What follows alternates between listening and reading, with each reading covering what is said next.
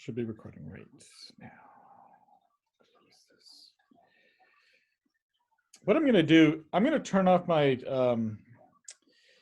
video just so it's not, I don't know if this part gets recorded on the recordings. I think it probably does, just so it's not a distraction. Okay, UV visible. Okay, so last class, these are electronic transitions. And so what we are doing is so this means we are like we're promoting electrons from low energy to high energy. And so the typical transitions that we are doing is we're moving it from the highest occupied molecular orbital to the lowest unoccupied molecular orbital.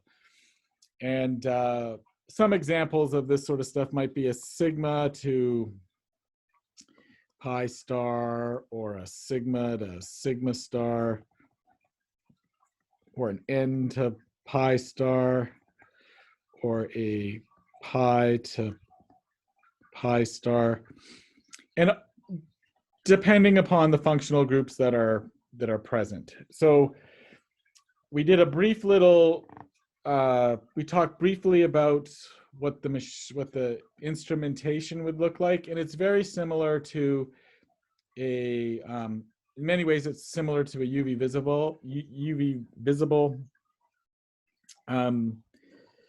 instrumentation. You need some sort of light source, and I think we talked about the two, which they were deuterium and tungsten, depending upon what we were if we were doing a visible spectrum or a UV. So the deuterium is for the UV and the tungsten's for the visible. Then we would have some sort of, you'd have your sample, and depending upon the type of instrument you could have some sort of diffraction grading or something to okay, we'll just make this a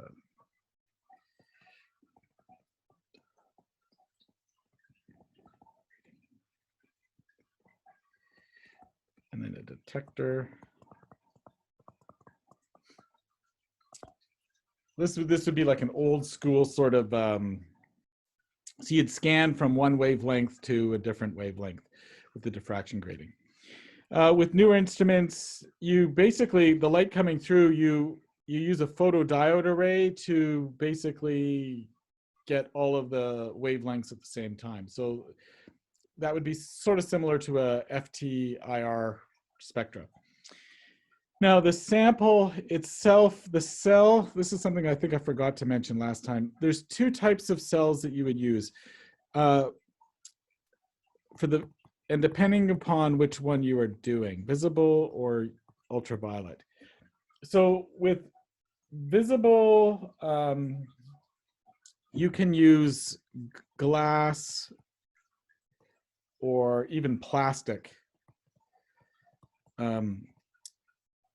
solution cells. So you probably would have seen these, or you will in the future. They're basically little cylindrical little squares of a fixed length, and then the light will pass through. For UV visible, these have to be quartz. I mean, sorry, for ultraviolet, they have to be quartz, because the glass or the plastic's going to absorb in that area for where you're doing the visible UV. And I think the two typical solvents that are used are water and hexane. So a typical spectra runs from, what was it, 190 nanometers to 800 nanometers. And water and hexane, I think their cutoff is around 200 nanometers. So you've got the vast majority of the rest of the spectra that you could look at. So those are the two common solvents that are used. So water is good for polar molecules. Hexane will be good for non-polar molecules that we'll be working at. Now, I think what we were going to talk about next was basically what we call chromophores. And so this would be the functional group that is responsible for the transition. Okay, Kat, you've got to go. Sorry. Come on, let's go.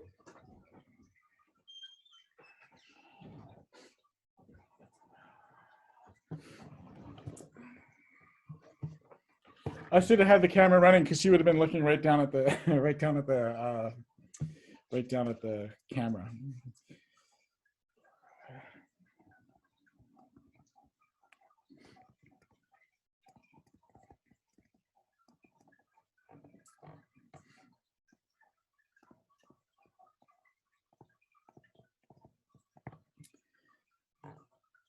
Okay, so yeah, so the chromophore, it's basically the functional group that's responsible. So let's look at some of the ones that are common, and some of these aren't going to be useful at all, so bear with me. So alkanes, so these ones will be not useful.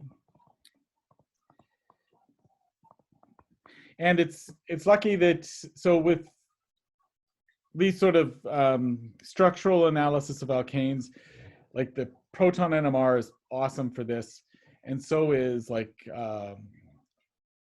infrared. So the fact that this isn't particularly useful is fine. But here, all we can do is basically pi to pi star transitions, and they come. These are very short. This is short wavelength.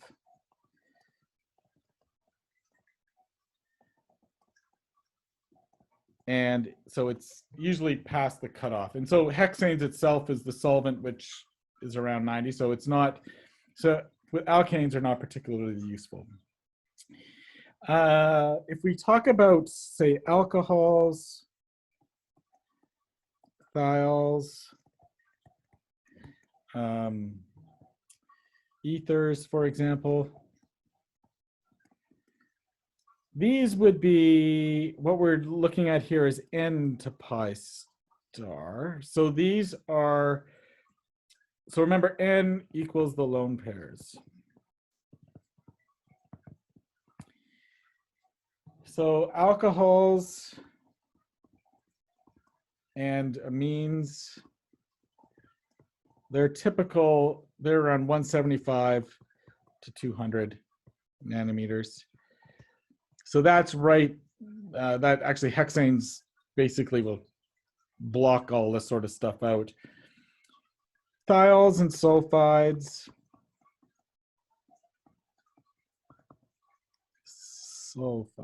These are 200 to like 220. So these are right at the, basically right at that range. If 200 is the cutoff, they're right in that area. So they're not particularly useful either.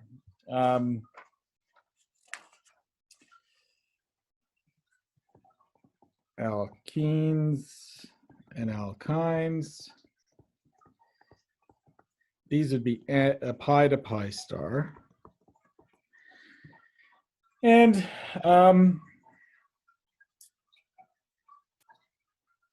the alkynes, these are around 175. These are around 170. So they're not useful either when they're isolated. So these aren't not useful. Once we conjugate them, they are going to be quite useful. So we'll come back to these a bit later on. In fact, just to give away the history, the end here, UV visible is, and ultraviolet's useful when you've got conjugated systems. So that's going to be the kicker here. Okay, and then finally we've got carbonyl compounds, carbonyls. And so in the carbonyl, I guess, let's just draw this. There's two things which could be going on. You could electronically excite pi electrons in the pi bond to the pi star orbital, or you could excite lone pairs into the pi star orbital. And the n to pi star, this one's further in the range that we're looking for. So it's 280 to 290 nanometers. The trouble is that the epsilon, or the molar absorptivity, is around 15. So it's small. This is actually a forbidden transition. You see it, but it's small. The pi to pi star, that is like 188 nanometers.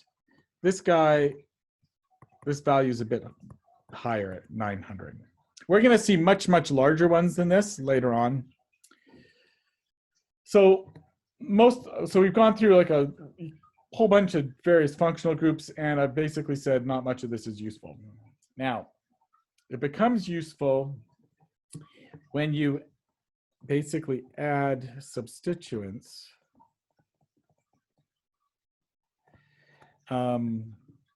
that increase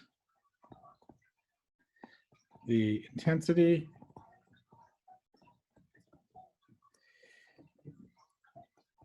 of the absorption and hopefully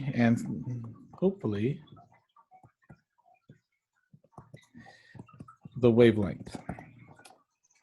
So when you have substituents which do either of these things, we call them oxochromes. And there's basically there's four possibilities here. The first one would be what would probably be the best one, which would be a bathochromic shift. We call it bathochromic.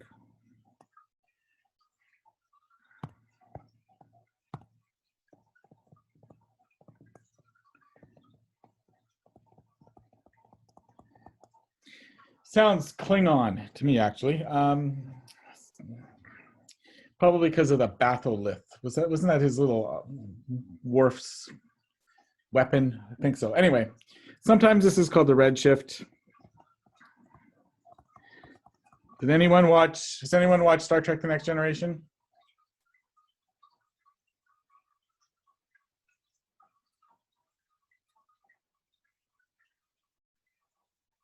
If you have not watched Star Trek: The Next Generation, watch Star Trek: The Next Generation before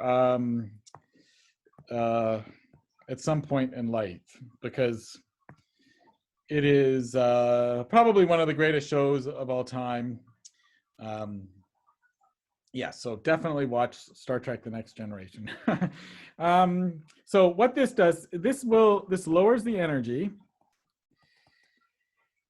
and it basically increases the so this increases the wavelength. So it brings it into the where we can visualize it, where we can see it. Yes, I should have yeah, you should definitely watch Star Trek: The Next Generation. It's funny because I think I was your age when I started watching it. I got into it after it had started its little run on television. So there was like 5 different. You could find Star Trek: The Next Generation at 7 o'clock on one channel, at 6 o'clock on a different channel, at 9 o'clock on a different channel, and then it was doing its weekly episodes on Friday evenings or whatever it was on the other channel. So I was like 6 seasons behind, and I could just watch different Star Trek each day while I was doing my homework. When I came back from the lab, it was kind of funny. So it was quite good. Yeah. Okay. So, and there's a really cool. There's an episode where the spies are transmitting data using proteins and people's, I guess they would, yeah, it was all basically protein based because you could code it, but it's really cool. They had lots of science. That was the part that was good. It's a chromic shift. Now this is exactly the opposite. This would be a blue shift, and this isn't necessarily what we want because this is going to increase the energy, and so this is gonna, and it's gonna decrease the wavelength. So when it comes to nanometers, remember we want it towards the 800 nanometers, so we want it to get larger. So this isn't useful, the blue shift version of it. So something which gives a bathochromic shift, increasing the wavelength is helpful. The other thing which is good is the hyperchromic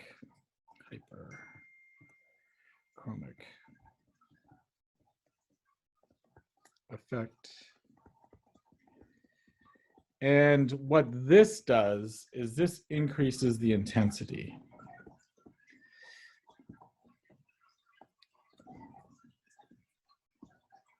So this will generate larger, the epsilons will be larger. So this is good. So what we want is increasing the wavelength. So this is good. And this is good. So if you can have a substituent which does one or both of these things, that's what we'd be looking for.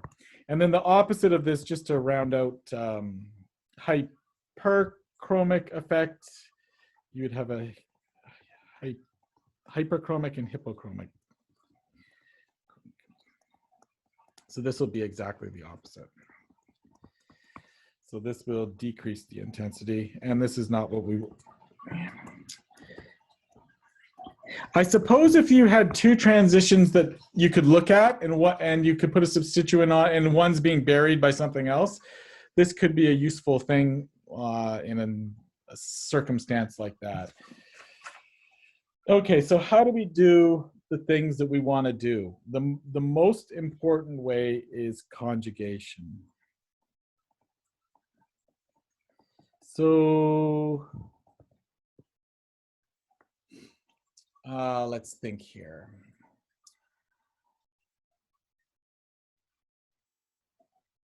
Where would this practically be observed in organic chemistry?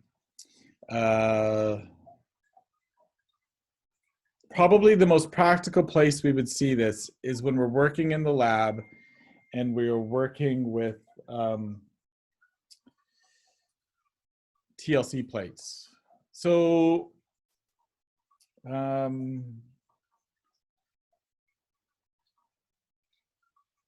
everyone has done the TLC lab, right?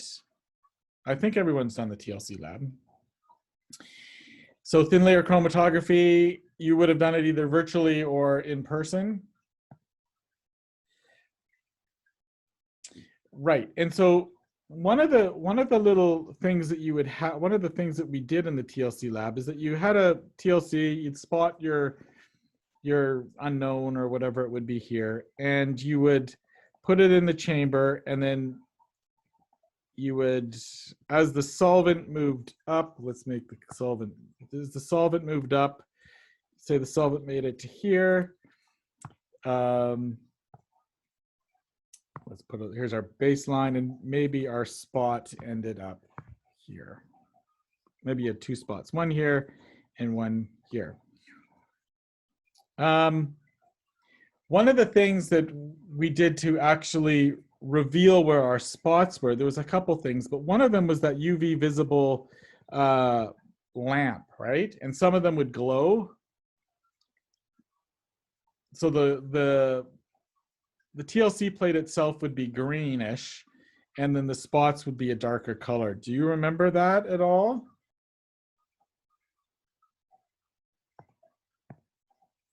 Okay, good. Slightly, okay, good, excellent. And then sometimes if something wasn't UV active, you would put it in some sort of revealing agent, like say potassium potassium permanganate, or a solution of vanillin, which smells like vanilla and is just lovely. So maybe this would, it wasn't UV active, but it would burn and you would see a different colored thing here. So yeah, the time where this is used, where it's actually used quite commonly, is when you're running TLC plates. And if your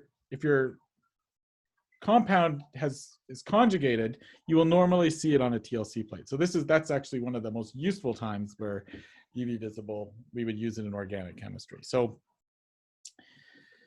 yeah, so okay, but with regard to conjugation, so what conjugation does is this is going to increase the intensity,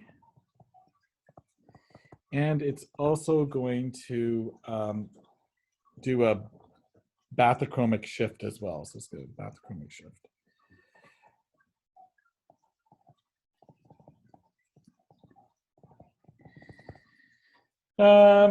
So I guess the key point here is that if you've got like let's just use some alkenes here. So let's talk about ethylene.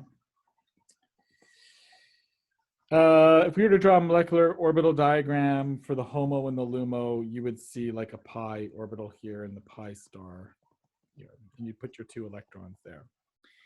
If you've got butadiene, there's actually, instead of just using the pi and the pi star, there's 4 different molecular orbitals for butadiene. And the more the conjugation happens, the closer in energy. So this would be the LUMO, and this would be the HOMO. And now this is the LUMO, and this is the HOMO. So this energy, the distance between the 2 of them gets closer and closer and closer. And once you start to have things that are really, really, really conjugated, like some of the vitamins and this sort of stuff, then you actually get colors for these compounds. So as the conjugation increases, so if you increase conjugation, the energy delta E is going to decrease. The energy gap between the HOMO and the LUMO is going to decrease. And so we're going to see the wavelengths increase. So it's going to bring it into the visible range. Does anyone want to draw the molecular orbitals of butadiene?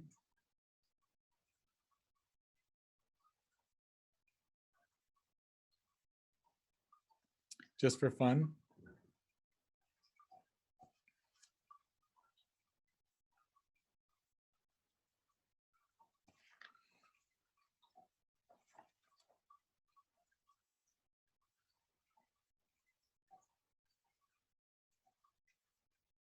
Well, they look like this. Yes, I'm. The fun way to do this is that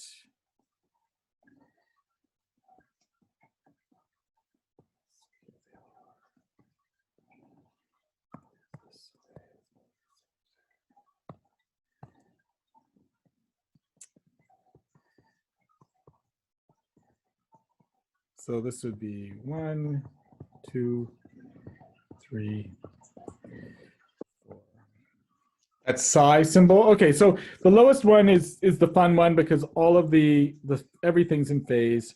It's like I'm like Pavlovian's dog. As soon as I see a thing, I got to draw the molecular orbitals. It's horrible. Anyway, and then as you go up in levels, you start to put nodal planes in there. So the next one, there's a nodal plane right there. I'll draw it with this orange line.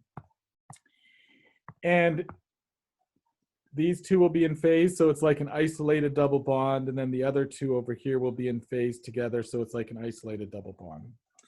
And then when you go up to the 3rd level, then there's 2 nodal planes, and it's the middle one which seems like it's got an isolated And then remember, whenever you're going to have a nodal plane, the phases have to cross.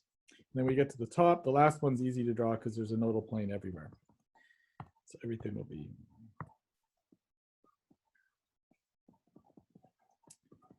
Yeah. So that's basically how it works. And as you build, as you get add more and more things like this, then this energy gap gets smaller and smaller and smaller. But anyway, I bring this up only because, so there are, if we've got these four energy levels, 1, psi 2, psi 3, psi 4, the filled ones will be here to here. So there's basically two possible transitions here. You could go from psi 2 to psi 3, or you could go all the way up to, it's not technically the LUMO, but it's still to another excited state. So there's two possible transitions, psi 2 to psi 3, psi 2 to psi 4.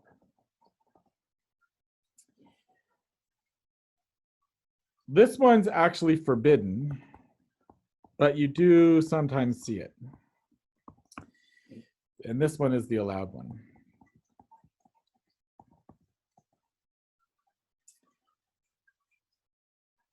So that's basically, so, but like, it's funny, things are forbidden, but they still happen. It's, it's like, even electrons behave poorly sometimes, right? I can't tell them what to do. They still just kind of disobey. They're just going to dissipate the rules of the universe. Okay. So now what's really interesting is that with regard to, and I'm going to bring this up mainly because I'm an organic chemist at heart. There's basically two different conformations of this sort of butadiene system. So we want all of the orbitals themselves to be lined up like I've drawn over here. So all of these orbitals are parallel to one another. So there's two conformations where, to go from one conformation to the other, you actually have to rotate through these bonds, which is going to break up them all being lined up. So there's two distinct conformations. One is what we call the transoid sort of system, and the other one is the cissoid system. Now, way back when, in the like 60s and stuff, there was 1960s, slightly before this too. It was basically the dawn of synthetic organic chemistry. So for those of you who are taking natural product synthesis next term, we are going to talk a bit about all of this sort of stuff here. But there was the grandfather of organic chemistry was a fellow by the name of R.B. Woodward. And his group was responsible for the synthesis of some pretty complex natural products in a time where there wasn't a whole lot of, like, it was the dawn of like NMR was just coming into existence. And so a lot of the techniques that actually had to look at, to basically do an analysis of what they'd made, it really relied on infrared and UV visible. And one of the most famous organic reactions at the time, for those of you who took Organic 2 last year, is, of course, this reaction here, which we will remember as the Diels-Alder cycloaddition. And in a number of R.B. Woodward's syntheses, they use the Diels-Alder a lot. And so for this to work, one of the things that for this to work, you notice that this structure is in this cissoid sort of conformation. And they actually came up with, so because UV visible was the only one of the few techniques around at the time that would get this to what they could use, they came up with a whole bunch of empirical rules for determining using UV visible if you had a structure that was like this, or if it was a structure like, say, this. So this is basically fixed in the cis conformation, or cissoid, I guess. And this one's basically fixed in the transoid.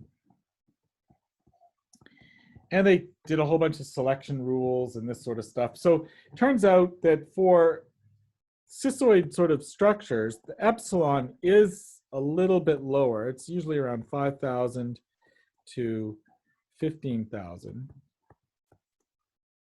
And the wavelength is around 273 nanometers. At least this one here, the specific one, was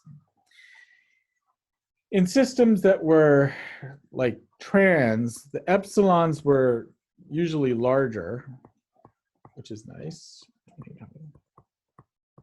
But the wave numbers were slightly lower, so 234.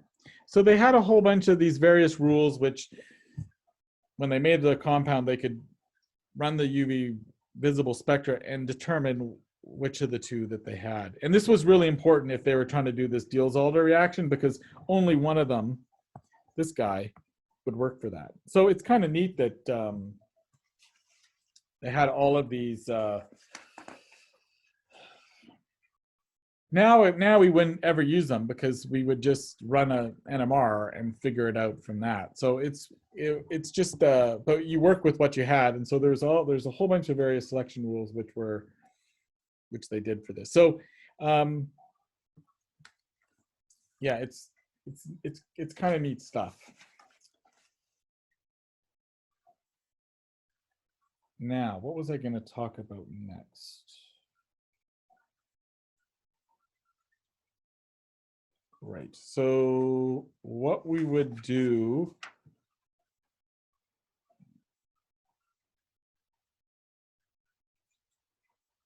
yeah, okay, now I guess the next part would be, let's look at, so if you ever see a, oh, I guess we'll get to that at the basically at the end of the class. So I guess the next important, so conjugation allows for, you'll see these larger absorption values, and that's going to basically be a hint that you've got conjugation.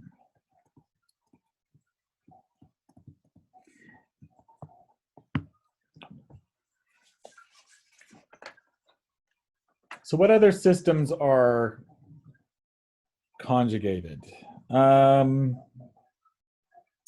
I suppose enones would be carbonyls. Okay, so let's look at this.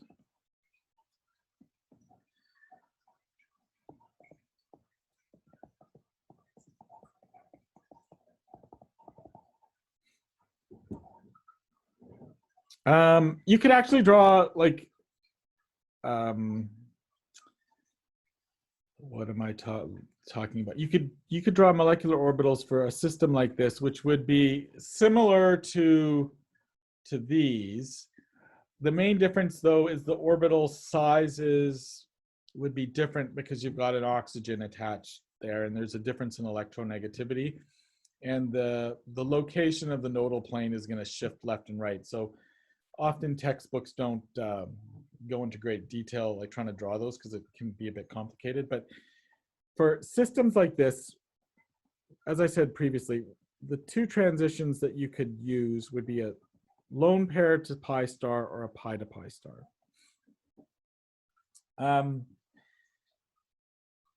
And so with typical ketones, what did I say? This is around 190, and this was 280.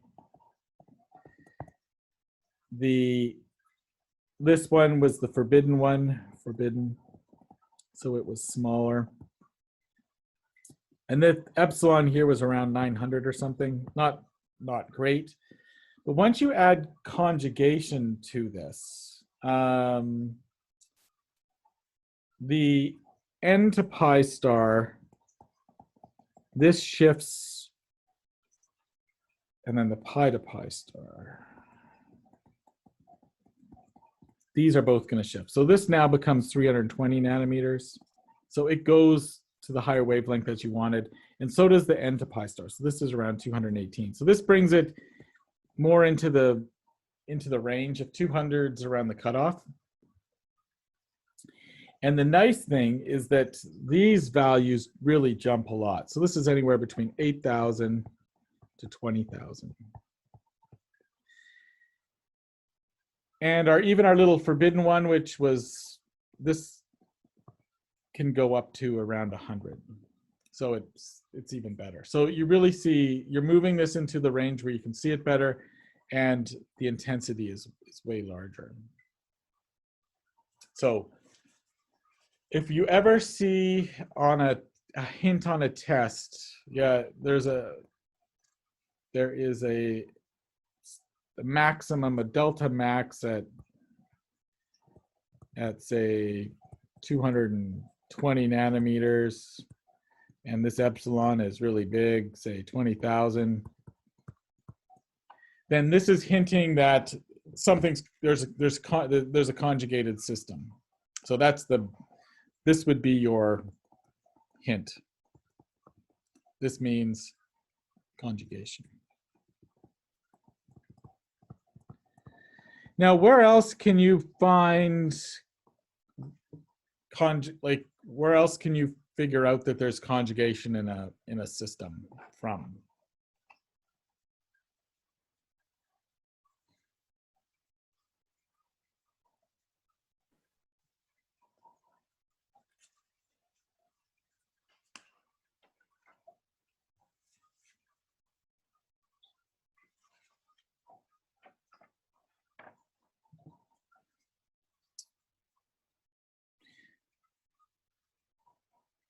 We sort of, in some ways, we infer it. So far to date, we've inferred it because for one reason or another.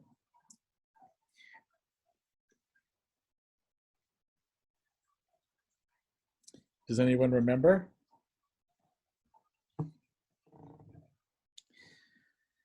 Okay, so what happens if you've got some formula CXHYO, and in your infrared, you have got a peak you've got a carbonyl peak at 1690.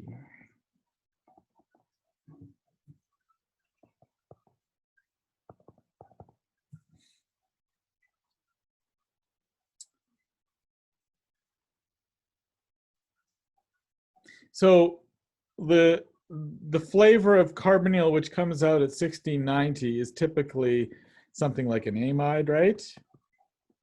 But we don't have any nitrogens there. In fact, we've only got carbons and hydrogens. So how in the world is this carbonyl down at 1690?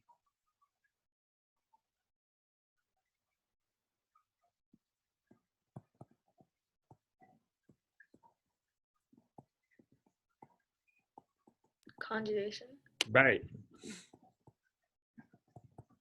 So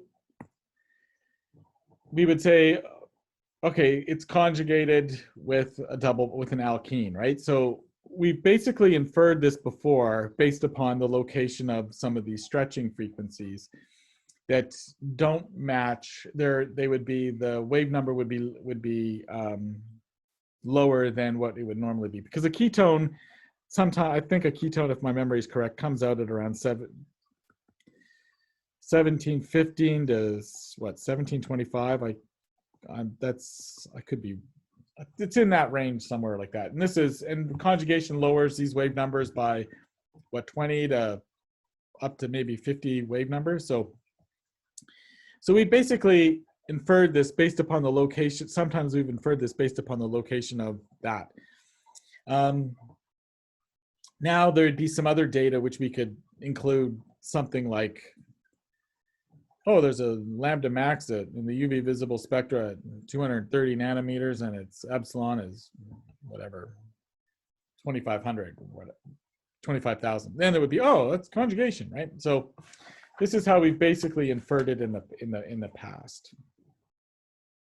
Let's see here. What's next?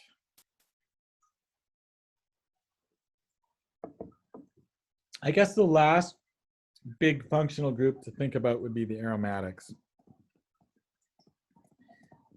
So the aromatic functional group is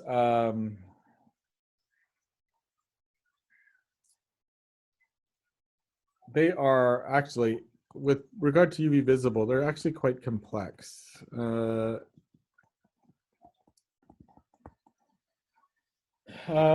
Let's think of this. So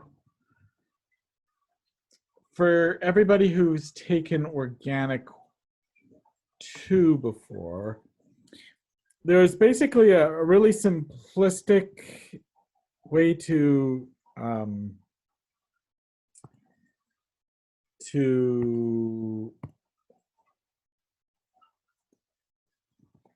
determine the levels of cyclic systems, the molecular orbital levels of cyclic systems. And it was what we call these frost circles. So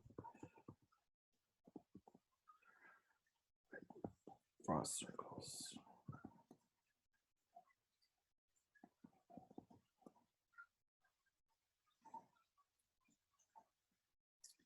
And like, you just draw the ring in a circle, and wherever the lines intersect, these would be where the molecular orbital levels are. So with benzene, there should be 3 bonding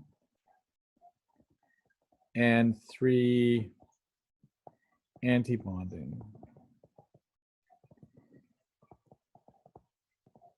And the let's see here.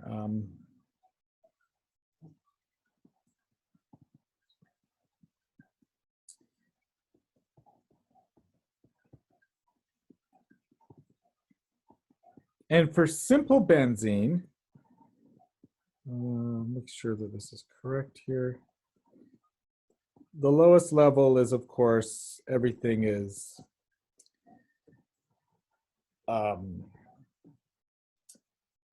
in phase. So this would be the lowest level. And then for the 2, which the way I've drawn these here, they're degenerate. You would have, one would have a nodal plane basically right down here, and the other would have a nodal plane right down here. And so we would have, draw this like this.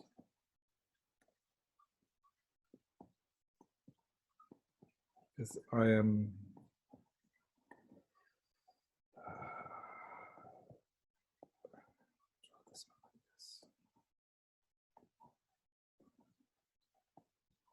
so the phase, like the dark side's on the top, and then when you cross the nodal plane, now it's on the bottom.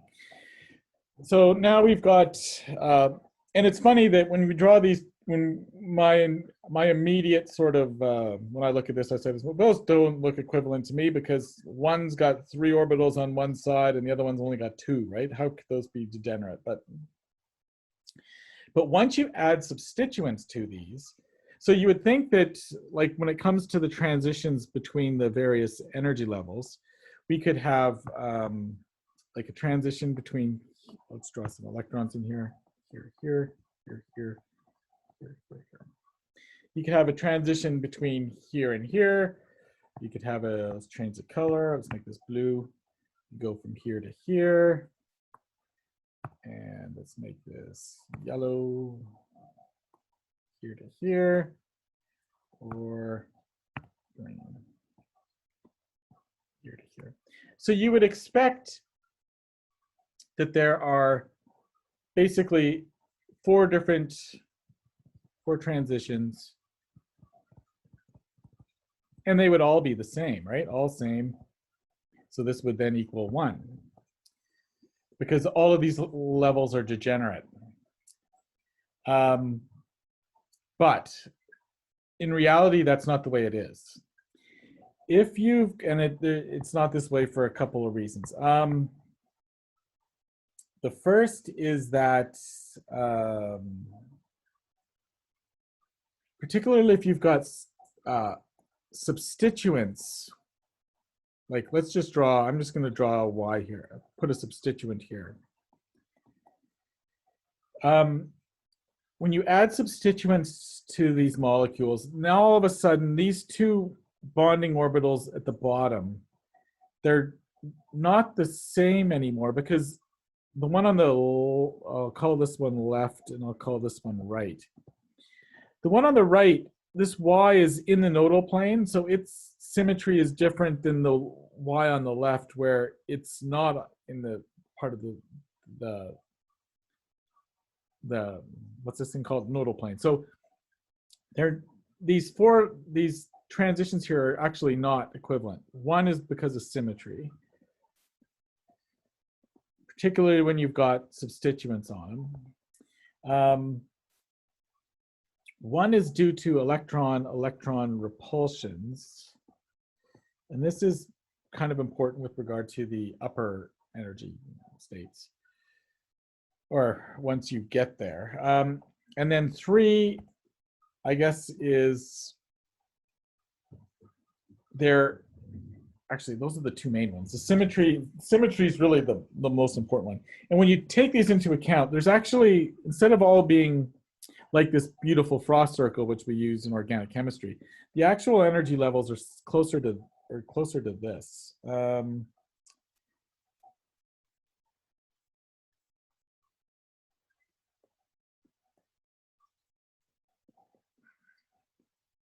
So this one at the bottom here, which we're going to call A1, this is, my memory is correct, this guy is this one.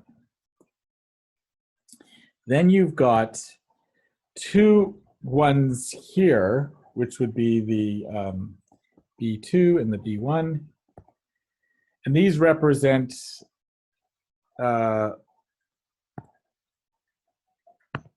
which color will we use? We will use green. These would represent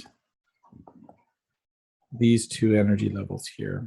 And then these would be the anti-bonding ones at the top. So these would be the anti-bonding. And even them, they're not necessarily close in energy. So there's the transitions that we see.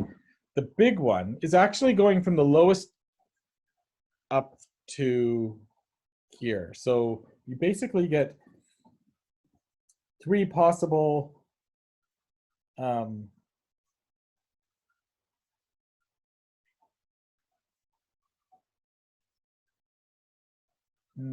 right, A1G. This one is the biggest one to E1.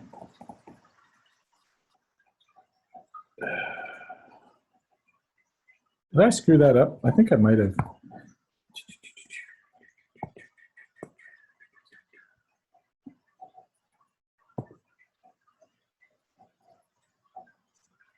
Right, I did.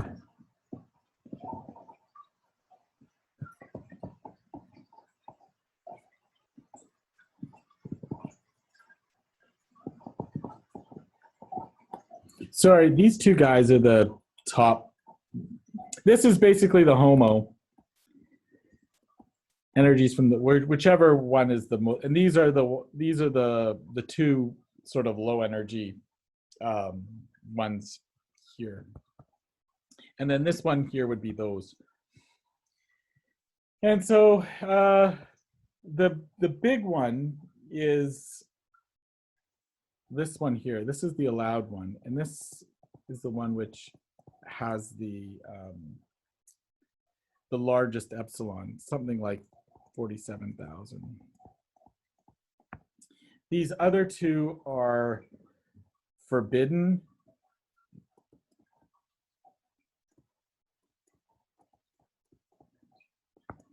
But sometimes you the B1 transition it's not absolutely totally small. It's like 7,400 or so approximately. So sometimes you do see you call it like these two here would be the primary, and this last one over here would be the secondary. So you can see, you can get some large things for aromatic rings, but it depends upon, is symmetry broken here by having a substituent and a couple of other factors.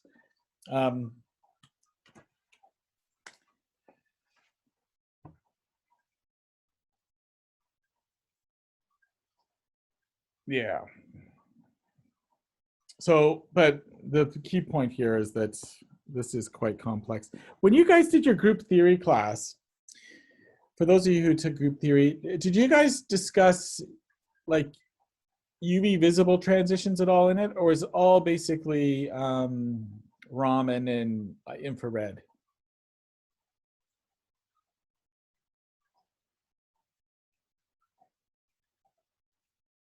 Because I know that it's basically the symmetry part of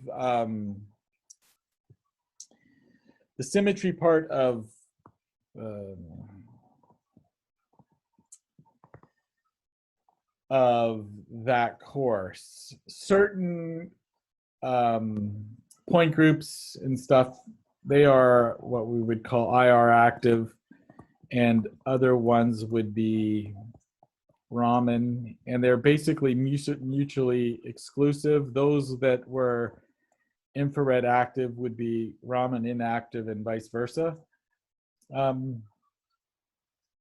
Did you guys go much into like, because the aromatic one is actually quite complex and interesting. Did you guys go into that at all? I'm just curious.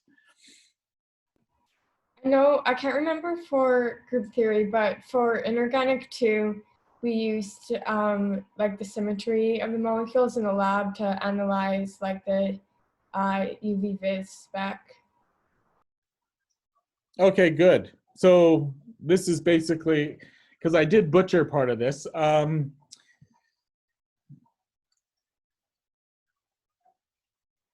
Okay, well that's, was it bonded to like any sort of transition metal at all, like complexed, or is this basically just, do you remember? Yeah, it's usually like complex with like 6 different things. Ah, right. We Okay. had to like analyze it to see if like the experiment like fully went through. Something like this, like a metal with. Yeah, that was like all of our, or like the majority of our compounds that we like made. Okay. All right. Okay. Okay. Yeah, I'll have to. I should look into that more, because we really don't use it a whole lot with regard to organic chemistry. But if you're looking at a TL, like when you've got a TLC plate, one of the aromatic compounds you tend to be able to see them with UV visible. It's not always the strongest, but once it's conjugated, then boom, it's really, you can really see it a lot. So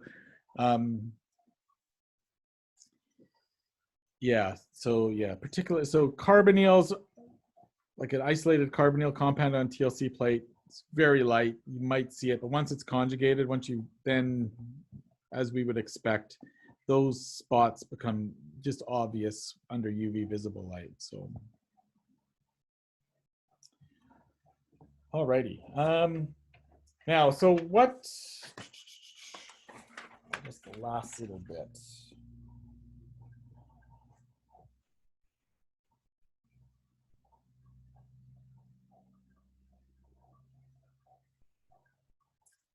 So what to look for? What to look for?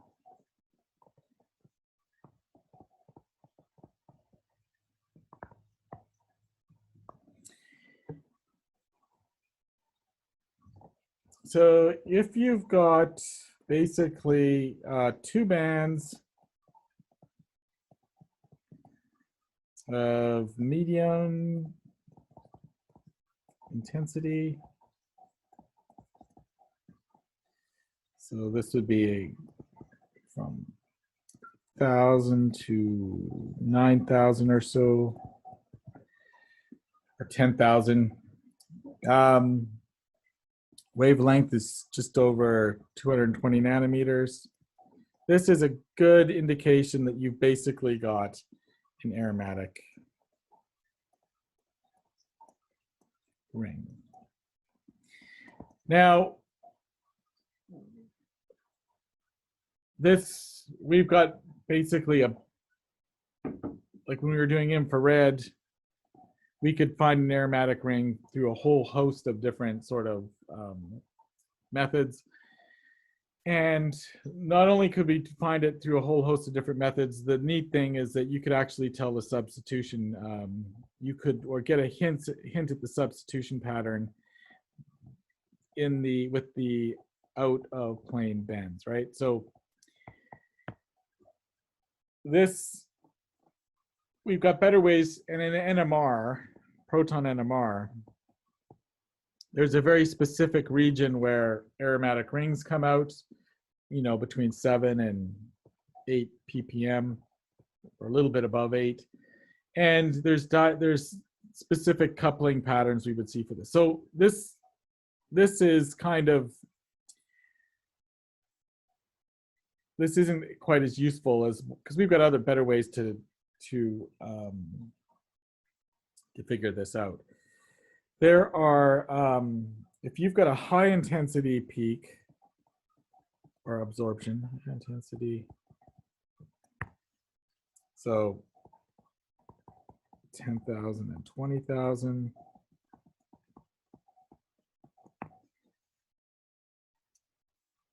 greater than 210 nanometers, you've got a good chance of alpha beta unsaturated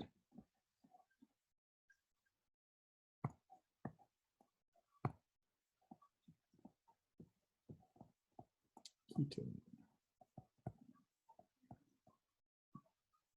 or aldehyde, or whatever it would be.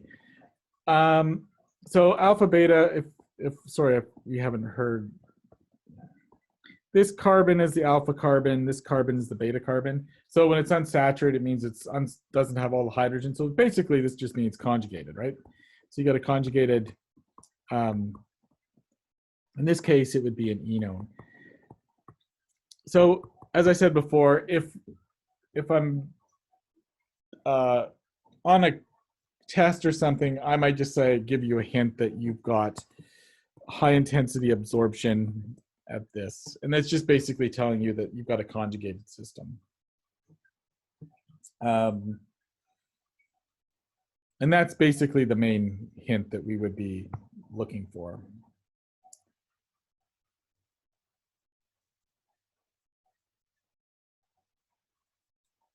So yeah, if we're gonna see this, so practically, yeah, there's, I guess, two reasons for doing this. Two reasons.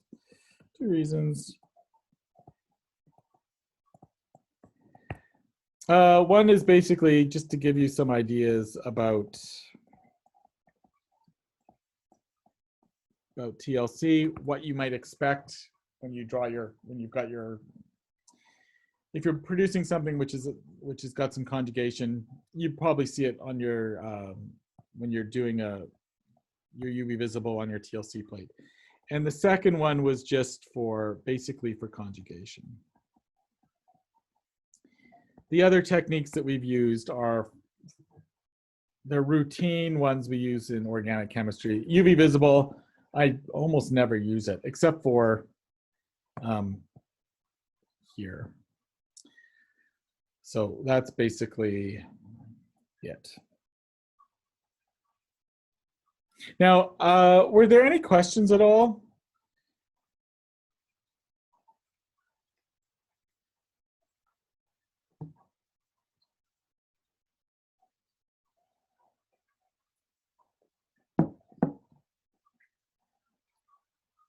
Okay, no questions. Well, so for the rest of the, so we've basically just got one class left. And that's on Tuesday. So what I'd hope to do is basically just go over the assignment. I'll have it marked by Tuesday. And so for the final exam then, what I'd planned out to do is it's basically just going to be similar to the two midterms. The only theory will be on NMR. So we've got proton and carbon. And so as I said earlier, I'll send you some practice questions to do for that. And then I think in years gone by, because the exam's slightly longer, I think I've had 4 unknowns to solve in one way, shape, or form. I think that's about what I think, because of the two midterms we had 2 unknowns, right? I think I've done 4 in the past. And so for these would basically be, it's going to have infrared and NMR of various flavors. So some of them will have infrared and say proton. Some will have infrared and say carbon. And some will have all 3. If there's any mass spec stuff on it, it'll basically be for hints.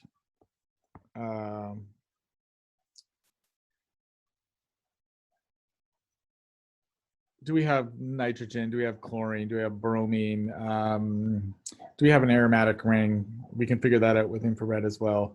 And if there's any UV-Vis stuff, it'll be a hint for conjugation.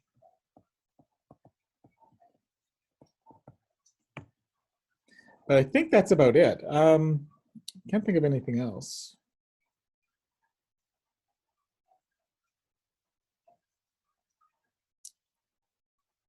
Does anyone have any questions at all?